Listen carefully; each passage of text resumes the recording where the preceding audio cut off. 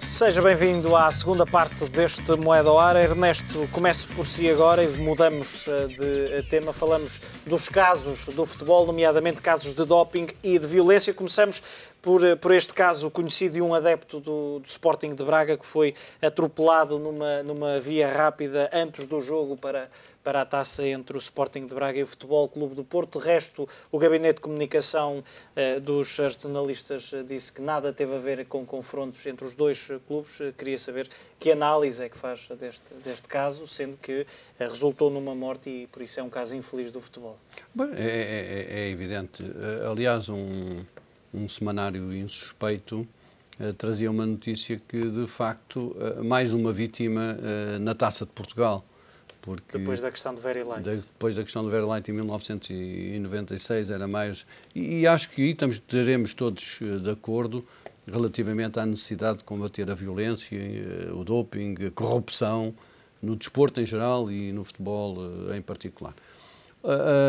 De facto, a notícia que li fala numa suposta emboscada a adeptos esportistas por parte dos Red Boys, portanto é a notícia que eu estou a ler, e depois há uma suposta investida contra os Red Boys após a paragem do autocarro do Porto, na tal via rápida onde viria a morrer o adepto do Sporting Clube Braga, João Ribeiro, e tratou-se, isso sim, e isso está provado, portanto até aqui é uma suposta investida, uma suposta paragem, mas provado está que houve uma noite de violência sem precedentes na cidade de Braga, que incluiu um apedrejamento do autocarro que transportava a equipa do Futebol Clube do Porto e uma perseguição à moda brasileira, como diz a notícia, com disparos de balas de borracha que durou mais de 3 horas ao fim do jogo. E, portanto, eu acho que todos os desportistas, independentemente das cores clubistas, têm que lamentar estes factos e as autoridades têm que investigar e imediatamente atuar para que não seja um estímulo para, em próximos jogos, haver ajustes de contas. Relativamente ao doping, ainda hoje mesmo, um jornal desportivo, A Bola, trazia que um ex-recordista nacional do dardo está suspenso, de facto, por doping. E há doping, de facto, no desporto português, e acho que estas coisas deviam ser mais levantadas para que haja... se há alguma coisa que é condenável no desporto, de facto, é inclusivamente o doping, porque é uma deslealdade total para com aqueles atletas que diariamente fazem um esforço muito grande para baterem recordes, para ganharem, para serem os melhores. E também há uma notícia hoje, curiosamente, no próprio jornal Record, um árbitro que morre na Holanda após agressões num jogo, um juiz de linha. Com jovens jogadores. Com jovens jogadores entre os 15 e os 16 anos. E, portanto, isto não é tipicamente português, mas temos que estar atentos e temos que, e essa é a minha chamada de atenção, de condenar todo o tipo de violência no desporto, em especial no futebol, o doping e a corrupção. António, em relação a este caso se é que lhe podemos chamar, acaba por ser um caso, mas não diretamente relacionado com o jogo, mas em relação a este jogo, Sporting de Clube de Braga e Futebol Clube Porto e a morte deste adepto. Pois, o que eu digo é que a violência deve ser condenada liminarmente, não pode haver contemplações, seja a violência azul, amarela, vermelha, verde ou de qualquer outra cor. É violência. Os indivíduos que a praticam são energúmenos, têm que ser julgados, têm que ser condenados e devem ser condenados rapidamente para servir de exemplo, porque senão são condenados rapidamente, tudo esquece e volta tudo à primeira forma. Mas, por outro lado, também temos que condenar o sensacionalismo da imprensa que, na ânsia de ter títulos vendáveis, traz coisas que não são verdades. Por exemplo, um jornal desportivo de Lisboa dizia logo, morte antes do jogo. E, portanto, morreu a fugir da claque. Claro que tinha que ser, se era do Braga, era a fugir da claque do Futebol Clube do Porto. Depois, no texto, isto é a primeira página, depois no texto, já não era bem assim.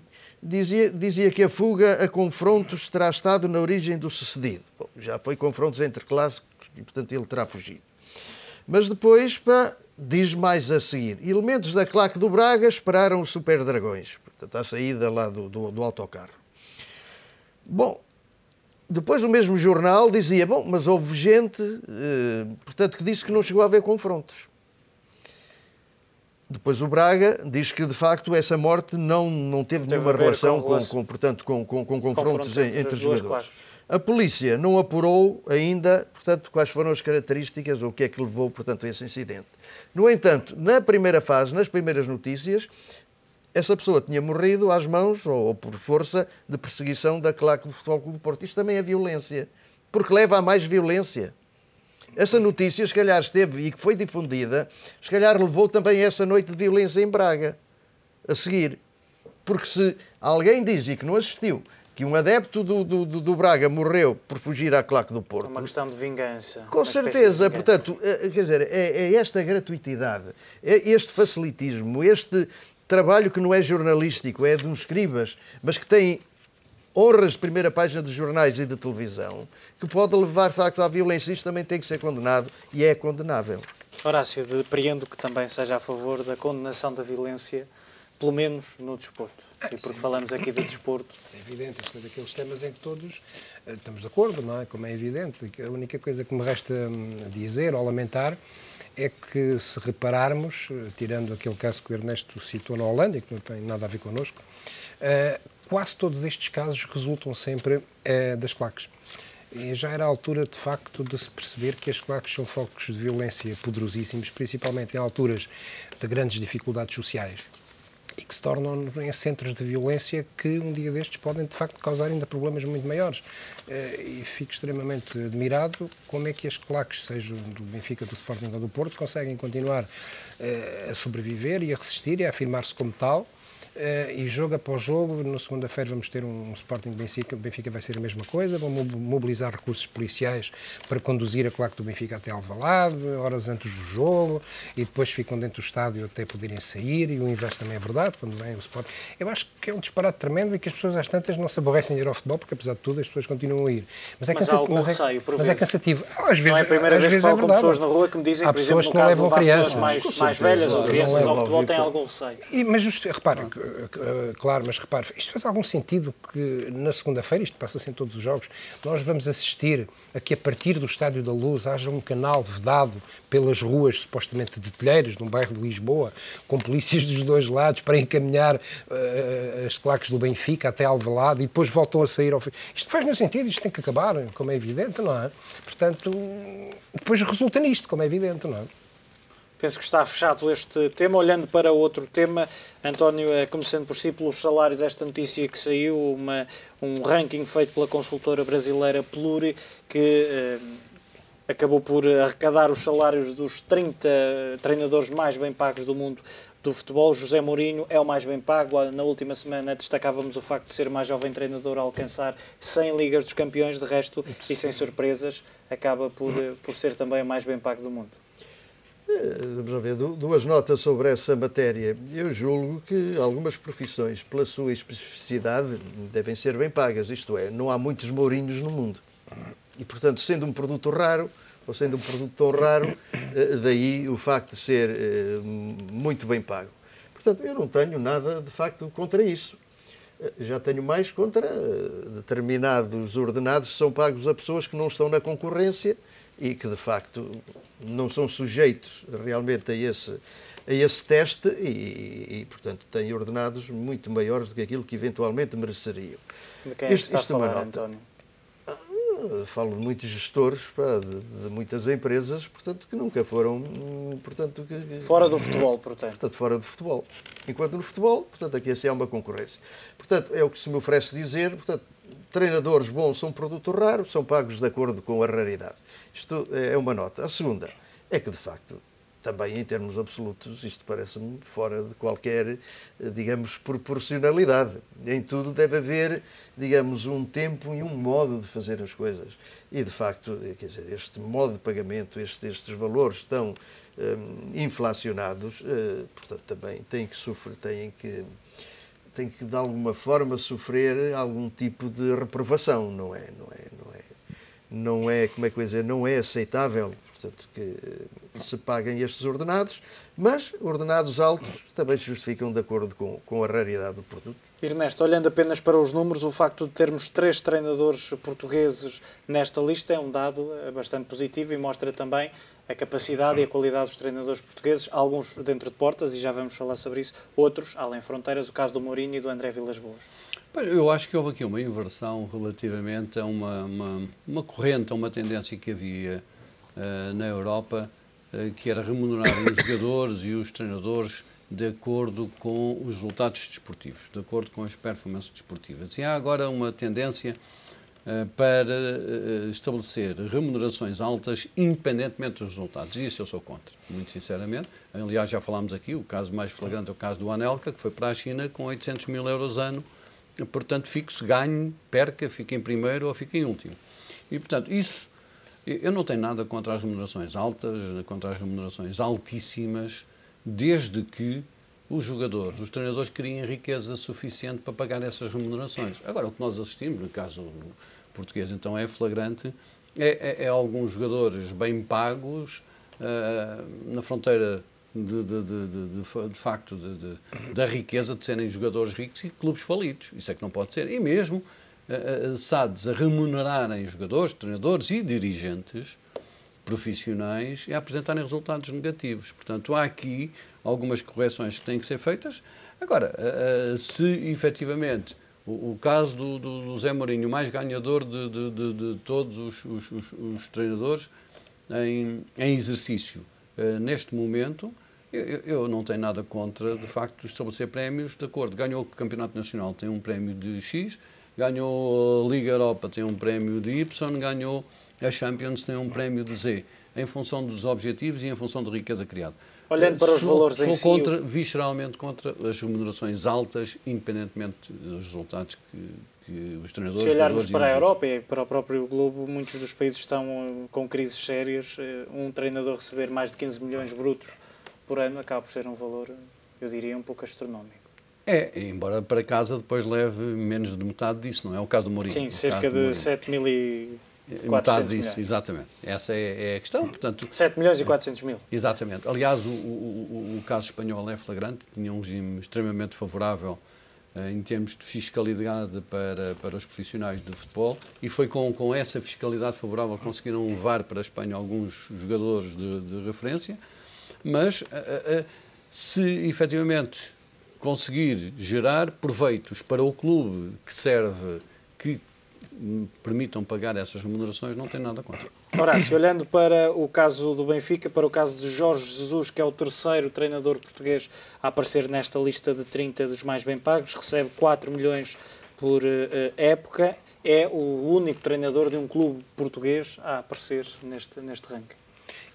Repara, a partida ficaria satisfeito, como é evidente, mas fica a ter capacidade de poder pagar. Agora, eu não gosto muito de entrar, enfim, não é debater, como é evidente, mas debater gosto muito, mas não gosto muito de entrar neste tipo de avaliações salariais, porque se há alguma área onde, de facto, o mercado funciona limpinho e sem a mínima interferência, esta é uma delas. Portanto, nenhum clube, nenhum presidente de clube é obrigado, sob pressão, de que forma for, a pagar um salário a um treinador contra a sua vontade, como é evidente, não é? E o que é facto, e é verdade, nos últimos anos, é que há treinadores de topo, nós também estamos a falar dos treinadores de topo mundial, não é? Dos treinadores que tendencialmente alcançam resultados, porque se nós estamos a falar dos 30 treinadores mais bem pagos, devem existir 300 que estão permanentemente a ser despedidos e tudo isso. Portanto, aquilo que merece alguma atenção nem são os 15 milhões do Mourinho, que podiam ser 30, não são os 4 do Jesus, podiam ser 8. É por isso que a empresa tenha condições para lhe pagar. Aquilo que mais me preocupa, enfim, ou merece algum debate, foi aquilo que nós já discutimos aqui uma vez, que é que tipicamente estes treinadores, mesmo quando não alcançam resultados, e complemento o que o Ernesto muito bem estava a dizer, os treinadores, tal como os jogadores, têm que cumprir objetivos. Se o treinador é campeão, ganha mais um X. Se for até determinado ponto na Liga dos Campeões, ou um grande treinador destes ganhar a Liga dos Campeões, ganha mais um Y. Se ganhar mais outro troféu, ganha mais um Z. estamos todos de acordo. Aquilo em que provavelmente também estaremos de acordo, admito que sim, é que quando estes treinadores, por muitas razões, também falham, porque os grandes também falham, nunca lhes é retirada nenhuma das parcelas em função do falhanço que eles têm. Por exemplo, o Mourinho este ano, à partida, foi campeão ano passado. E é indiscutivelmente o melhor treinador do mundo, todos nós ficamos orgulhosos com isso, não é isso que está em causa. Mas, por exemplo, este ano, provavelmente já não será campeão de Espanha, a não ser que aconteça alguma anormalidade. Resta-lhe, para fazer alguma coisa de sustentável, ser campeão europeu. Se não for, é uma época completamente falhada. Ao que consta, o Mourinho sairá do Real Madrid. Também ao que consta, e falamos por aquilo que dizem os jornais, ele tem uma cláusula de rescisão de 20 milhões. Isto não faz sentido. Mas isto também se aplica a todos os treinadores. Imagino que o treinador do meu clube, que o Jorge Jesus, este ano, volta a não ser campeão. Eu acho que este ano o Benfica vai ser campeão. Obriga-me a dizer isso e digo com toda Sendo campeão, já justifica este salário? Ou justifica sempre? Mas justifica sempre por muitas razões. Repara, a transformação que o Jesus trouxe ao futebol do Benfica é enorme e só a valorização que ele tem feito dos jogadores diretamente e que se percebe que é ele que os transforma. Não há uma função abstrata em redor do plantel que depois resulta um bom jogador. Nem sequer estamos a falar dos jogadores que já vêm com grande qualidade e que chegam aqui, que se afirmam e que se afirmariam com qualquer treinador. O Jesus já fez recuperou o Di Maria, que há 2 anos que não jogava, recuperou o Fábio Coentrão da forma como nós sabemos, já está a fazer uma defesa esquerda, que é o Melgaredes, e, portanto, eu acho que é um bom investimento. Aquilo que me custa, e posso aplicar também ao treinador do meu clube, é que se houver, enfim, um acidente, digamos assim, o Benfica não ganhar nem a Taça de Portugal, e agora está sozinho, não tem os grandes, mas isso não significa nada, não for campeão, e, por exemplo, sair da Liga dos Campeões amanhã, o que é que acontece? Se no final do ano o treinador tiver... Eu acho que ele deve continuar, atenção, eu acho que o Jesus deve continuar por muitos anos no Benfica, mas se ele tiver que sair, a indenização que ele vai receber também é muito grande. E aí também não estou de acordo que os treinadores sejam premiados pelo falhanço, mas isso aplica-se a todos. E esse é o único ponto em que eu discuto nesta matéria. Rapidamente, antes das notas finais, Ernesto. Não, eu queria só confirmar um pouco o que o Horácio Periquito diz, e bem, é que no final há um exemplo, não é preciso ir buscar exemplos estrangeiros, há um exemplo português que é flagrante, que é o caso do Paulo Bento no Sporting. O Paulo Bento no Sporting, a determinada altura, havia uma elevada contestação. Sim, senhor. E ele próprio, de facto, e os exemplos bons são para também serem chamados à atenção, ele próprio disse, eu vou-me embora, quero que me paguem até ao final do corrente mês, não quero indenização nenhuma, não quero ficar a receber até ao final do fez a mesma coisa, não fez? O Peseiro. Creio que o Peseiro fez a mesma coisa. Mas é fazer no Sporting. Tenho essa ideia. António, portanto, também... Não sei se quer... Não, era isso. Também acho que sou adepto da economia de mercado, portanto é um mercado que funciona, mas de facto o mercado também não é perfeito. E eu estive aqui agora mesmo a fazer umas contas. Um primeiro-ministro de Portugal tinha que trabalhar 200 anos para ganhar aquilo que o Mourinho ganha num ano. E um primeiro-ministro português tinha que trabalhar 60 anos, ao fim de 60 anos, portanto, para ganhar aquilo que o Jorge Jesus, portanto, ganha num ano. Portanto, não há, de facto, proporcionalidade nestas coisas. Avançamos agora para as notas finais, e porque o António falou por último, agora é o primeiro a dar as suas notas desta semana. A primeira nota negativa, a atitude ou a decisão do treinador de futebol do Porto, Vítor Pereira, de jogar apenas com 3 titulares em Braga. Portanto, o Porto podia ter ganho, acabou por perder, mas um treinador não pode desvalorizar o adversário, julgo que não foi esse o intuito, mas não pode sobrevalorizar tanto a sua equipa, sobretudo num jogo a eliminar, e, portanto, acabar por ser eliminado. É um ponto negativo. Julgo que eu ultimamente tenho vindo a elogiar o treinador de Futebol Clube do Porto, mas aí assim, neste jogo teve, digamos, deu um passo atrás. Ao mesmo tempo, também para contrabalançar, o Porto tem vindo a jogar bem, e o facto de hoje estar a disputar o primeiro lugar com o Paris Saint-Germain. Ernesto. Não, eu queria só salientar a atitude solidária da equipa profissional do Sporting, mesmo atravessando um mau período, que aproveitou para fazer um jogo em Faro e com receita a favor das vítimas do temporal de Silves e Lagoa, o que é um gesto solidário e bonito. E queria desejar, enfim, infelizmente o Sporting, o Marítimo e a Académica estão afastados já da fase seguinte da Liga Europa, mas vão jogar esta semana, quinta-feira. O Porto joga hoje, o Benfica amanhã, E estes 5 clubes, queria desejar que, pelo menos, trouxessem 5 vitórias para Portugal, que davam um jeitão no ranking da UEFA. Horácio. Eu vou rapidamente à Espanha para lamentar a campanha que está a ser feita no Real Madrid contra o José Mourinho. É miserável para quem tem também paga para isso, acabámos de conversar, para quem tem o prestígio de ter o melhor treinador do mundo à frente, a fazer aquilo que lhe fazem, e que o Mourinho respondeu muito bem, magistralmente, no último jogo, subindo sozinho ao relevado para ser ele assobiado. É uma coisa que nós nunca tínhamos visto. E também dentro do Real Madrid, porque já discutimos isto aqui, a maneira como estão a ser tratados os portugueses, o facto, segundo Costa, como é evidente, do capitão do Real Madrid, o Casillas, ter votado na lista para os melhores jogadores no mundo do Sérgio Ramos, e não votaram no seu colega Cristiano Ronaldo, sabendo-se que do outro lado está o Messi do Barcelona. Meus senhores, muito obrigado por mais esta análise. Quanto a si, voltamos a entrar em campo dentro de 8 dias. Até lá, tenha uma ótima semana.